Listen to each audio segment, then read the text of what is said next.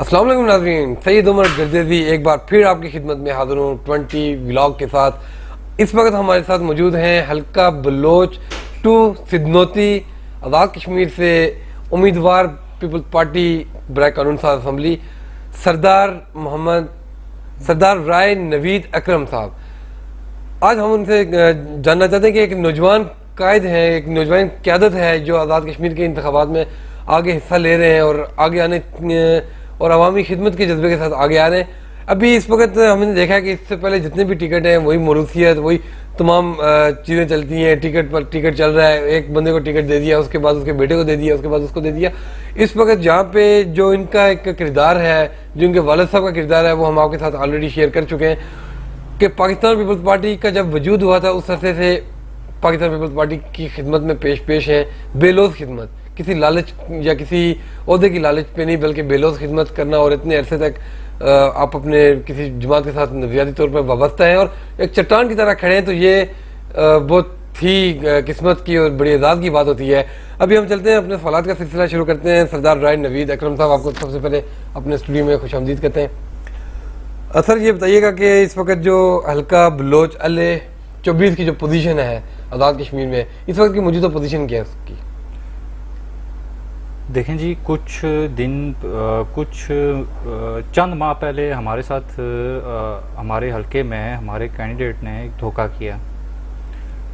उसकी जद में हमारे हलके की पाकिस्तान पीपल्स पार्टी नहीं बल्कि पूरे तकरीबन ज़िले की पीपल्स पार्टी उसकी जद में आई, तो उससे काफ़ी मतलब फ़र्क जो महसूस किया जा रहा था वो कि इसमें शॉट डाउन हुआ है वोट बैंक और ये वो मसले मामला, तो वो उसको प्रॉपर तौर पे रीचेक किया गया है।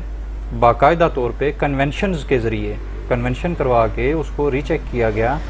तो हमें जो हमारे हलके में जो अपनी पोजीशन नज़र आती है वो बहुत अच्छी है और बहुत आला है और इंशाअल्लाह ताला वो इलेक्शंस तक हम लोग, हमारी ये कोशिश होगी कि हम इंशाअल्लाह विनिंग कैंडिडेट होंगे अपने हलके से। भुट्टो का कारकन टूटेगा नहीं, सवाल ही पैदा नहीं होता। अजीब, बड़ी खूबसूरत बात की इन्होंने कि जो नजरियाती कारकन थे वो इस वक्त भी अपनी जगह पे उनका वजूद कायम है, वो कहीं नहीं गए, बल्कि कुछ अफवाहें गर्दिश में आई हैं कि वोट बैंक में फ़र्क पड़ रहा है या फिर यहाँ के लोग वहाँ चले गए, जबकि ऐसा कुछ भी ग्राउंड पे होता हुआ नज़र नहीं आ रहा। बहरहाल चलते हैं। इस वक्त जो आज़ाद कश्मीर में ख़ास करके आपका जो हल्का बलोच है, वहाँ पे इससे जो पहले तामीर और तरक्की के हवाले से क्या कोई किरदार अदा किया गया है जिनको मुंतखब करके भेजा गया है असम्बली में, और फिर उन्होंने क्या कोई किरदार अदा किया है, उस तरह से आवाम की कोई खिदमत की है? देखिए जी, बात ये है कि जो इंफ्रास्ट्रक्चर है हलके का, उसमें जो हलके के अंदरूनी हलका जो रोड्स हैं ख़ास तौर पे, वो जो पाकिस्तान पीपल्स पार्टी के दौर में बनी वो वही हैं और उसमें मतलब कोई इतना ख़ास जो है वो फ़र्क नहीं पड़ा। पाकिस्तान पीपल्स पार्टी के दौर में जो चीज़ें जो तामीर और तरक्की हुई थी वही हुई थी। अभी डिस्पेंसरीज हमारे पास जो है वो यूनियन काउंसिल्स के ऐलानात हो चुके हैं, लेकिन डिस्पेंसरीज उनमें मौजूद नहीं है। सेहत आमा की ये पोजीशन है। आप आज भी हमारी जो ख़वातीन हैं वो सर पे वही वो जो पुराने घड़े उठाए और पानी की सहूलत मौजूद नहीं है। हमारे जो बच्चे हैं उनके खेलने के लिए पार्क्स नहीं हैं और जो स्कूल बनाए गए हैं, जिन बच्चों में वो जिन स्कूलों में बैठ के हमारे बच्चे पढ़ते हैं, उनकी जो है वो हालत इतनी खस्ता है कि वो अक्सर सोशल मीडिया पे आप भी देखते होंगे, वो वहाँ पे बैठने के उसमें नहीं है पोजीशन में कि ये पता नहीं होता कि इसका छत गिरेगा या इसका दरवाज़ा इन बच्चों पे गिरेगा। तो इसलिए वहाँ पे ज़रूरी है कि दोबारा पाकिस्तान पीपल्स पार्टी का जो कैंडिडेट है वो मुंतखब हो और वह आवाम की बाकायदा तौर पर खिदमत कर सके। जी, तो इस वक्त क्या मतलब पाकिस्तान पीपल्स पार्टी की मैं बात करूंगा जी, मैं पूरे मरकज़ की बात करूंगा। पीपल्स पार्टी को भी एक झटका लगा था, मतलब इंकलाबी साहब रीढ़ की हड्डी थे पाकिस्तान पीपल्स पार्टी में जी, फिर सरदार गुलाम सादिक साहब के इंतकाल के बाद। तो आप क्या समझते हैं कि उनकी जो इंतकाल के बाद जो खला पैदा हुआ था, उस खला को कौन पूरा कर सकता है और कैसे पूरा किया जा सकता है? देखें जी, बात यह है कि वो खला तो पूरा हो ही नहीं सकता वो तो बहुत बड़ा सदमा भी है और नुकसान भी हार्ट है। शॉकिंग है, हार्ट शॉकिंग न्यूज़ है कि हर कारकुन के लिए वो महबूब कायद थे, इस दुनिया में नहीं रहे, अल्लाह की ज़ात उनकी मग़फ़रत करे।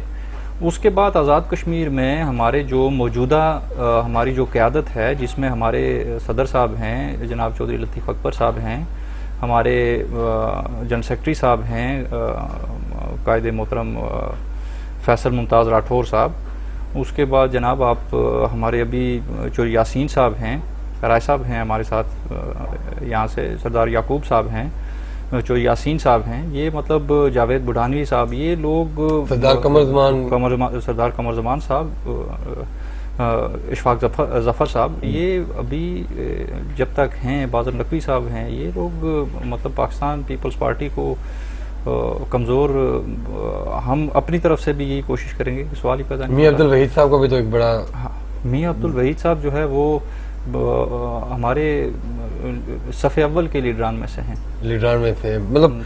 अच्छा, यहाँ पे एक चीज़ बड़ी देखने में आई है और बड़ी उसको देख के खुशगवार हैरत भी होती है कि जहाँ पे हर साल इंतखाबात होते हैं, यहाँ से लोग उड़ के उधर जाते हैं, कुछ तो स्टेक होल्डर्स होते हैं जो कि मतलब के लिए दीगर पार्टी में जाते हैं, लेकिन जो नज़रियाती लोग हैं, तो पाकिस्तान पीपल्स पार्टी वो वाहिद जमात इस वक्त देखने में आई है कि जिसका कोई भी नज़रियाती लीडर या कोई भी नज़रियाती कारकन किसी दूसरी जमात से वाबस्ता नहीं हुआ। हालांकि पाकिस्तान पीपल्स पार्टी तकरीबन काफ़ी अर्से से इक़्तिदार में नहीं है, लेकिन उसके बावजूद वो लोग उसी जगह पे खड़े हैं जहाँ पे वो थे, एक कारकुन होने के नाते। यहाँ पे इस्लामाबाद, रावलपिंडी में कोई इज्तिमा होते हैं, लाड़काना में कोई इज्तिमा होता है, तो हम उनको वहाँ पे उस तरह से देखते हैं जैसे काम वर्कर काम कर रहा होता है। तो ये एक बड़ा अच्छा मैसेज है। पाकिस्तान पीपल्स पार्टी के पास अल्हम्दुलिल्लाह वो पाकिस्तान पीपल्स पार्टी ने तैयारी वर्कर्स को किया। जो मफाद परस्त टोला होता है वो ज़्यादा देर चलता नहीं है, जिन लोगों ने मफाद उठाने होते हैं वो मतलब कोशिश करते हैं, लेकिन वो कामयाब कभी नहीं होते, कभी कामयाब, मुनाफिक कभी कामयाब नहीं हुआ करता, वो नाकाम ही रहता है।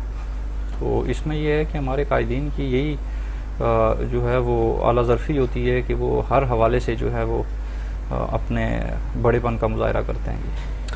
इस वक्त आज़ाद कश्मीर में तहरीक इंसाफ का मुस्तकबिल और दीगर जमातों का मुस्तकबिल कैसा देख रहे हैं आप? देखें जी, ये तो उनको पता होगा कि उनका मुस्तकबिल क्या है। नहीं, वैसे एक राय आमा की हद तक जो होता है ना कि सियासतदान की नज़र होती है दीगर सियासी जमातों पे भी। देखें जी, मैं अपने हल्के की बात करूं तो मेरे हल्के से पिछली दफ़ा 1700 वोट लिया था। अब मैं अपने हल्के तक अगर महदूद रह के बात करूं, बाहर ना निकलूं, तो मेरे हल्के से तहरीक इंसाफ ने 1700 वोट लिया था। और इस वक्त जो तहरीक इंसाफ के पास कैंडिडेट है वो पीपल्स पार्टी का भगोड़ा है।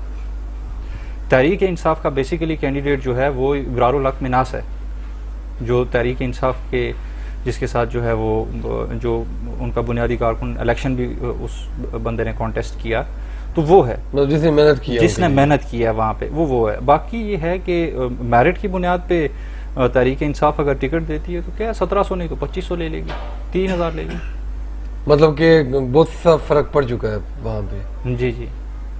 अच्छा, आखिरी सवाल आपसे मैं ये करूँगा कि आइंदा जो इंतखाबात आ रहे हैं, आपको टिकट मिल जाता है जी, आप किस विजन के तहत इलेक्शन में हिस्सा लेंगे और आपका आगे जब जीत के बाद आपका क्या वो होगा? क्या आवाम के लिए मतलब कौन कौन सी ऐसी महरूमियाँ हैं जिनको आप पूरा करने का एक इरादा करते हैं, आपने एक ख्वाब देखा है? तो देखें, आवाम की खिदमत तो सबसे पहला विजन है, और उसके वो करनी कैसे है, ये एक चूँकि हमारे जो तारीख़ लिखी गई है, हमारे जो वहाँ पे गुज़रे हैं MLAs मिनिस्टर्स, उनने जो तारीख़ लिखी हुई है, इसको वापस सीधा करने में भी वक्त लगता है। और मामलात ये हैं कि आप वहाँ पे जो सियासत चल रही है वो स्कूल टीचर्स के सरों पे और सरकारी मुलाजमीन के सरों पे और पटवारियों गिरदावरों के सरों पे वहाँ पे सियासत चल रही है। तो ये सारे सिस्टम ठीक करने के साथ साथ तामीर व तरक्की और ये मामलात, हमारा हल्का बहुत खूबसूरत है, वो सेहत के लिए एक मरकज़ जन्नत है बिल्कुल। वहाँ पे आप जो है वो महफूज भी हैं और बेहतरीन वहाँ पे इन्वायरमेंट है।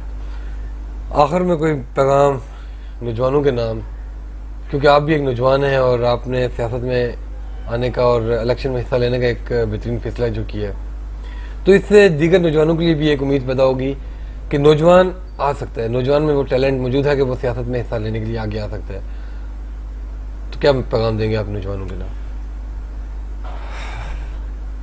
देखिए, हमारे हल्के, मैं फिर आपसे वही अर्ज़ करूँगा कि हमारे जो हल्का है उसमें कत्ल व गारत की सियासत को फ़रोग़ दिया गया बलोच में, और जो मैसेज गया नौजवानों के लिए, वो मैसेज बहुत गलत मैसेज नेगेटिव गया कि पहले जो माएँ अपने बच्चों को इस तरह की सियासी एक्टिविटीज़ में, समाजी एक्टिविटीज़ में पहले भेजा करती थी कि आप जाएं कुछ सीख के वापस आएंगे, तो अब उनको यही शक होता है कि ये जाएंगे तो पता नहीं वापस आएंगे या नहीं आएंगे। तो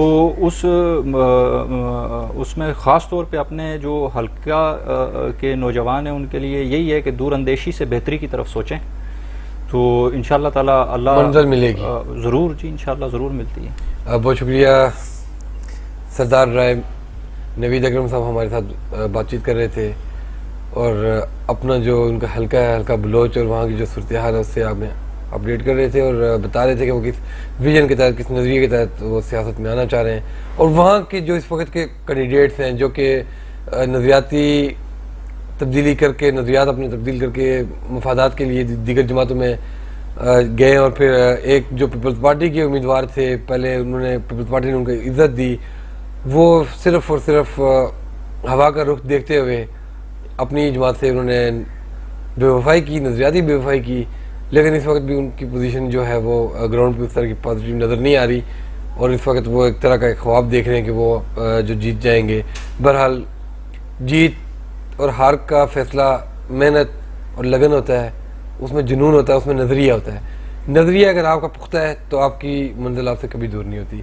अब तक के लिए इतने ही। अपने मेज़बान सैयद उमर गजरी को इजाज़त दीजिए। अल्लाह हामिद।